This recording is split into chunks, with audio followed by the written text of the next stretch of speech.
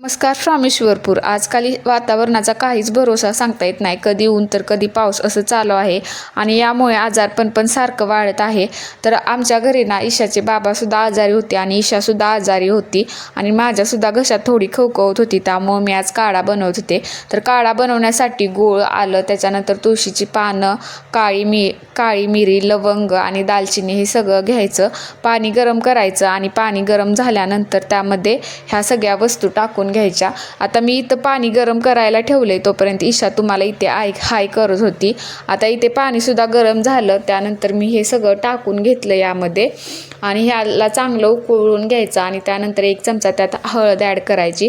आता हे पाणी पाक अर्ध होईपर्यंत याला चांगलं उकळून घ्यायचं. इथं काढासुद्धा रेडी झाला. ह्यांना मी काढा दिला आणि त्यानंतर मी सुद्धा घेतला. आता ईशा इथं खेळत होती. त्यानंतर ओमकार नुकताच आलता, तर हे बोलले ओमकारला सुद्धा काढा दे. तर हा काढा प्यायला नाही म्हटला नको, मी पिणार नाही काढा.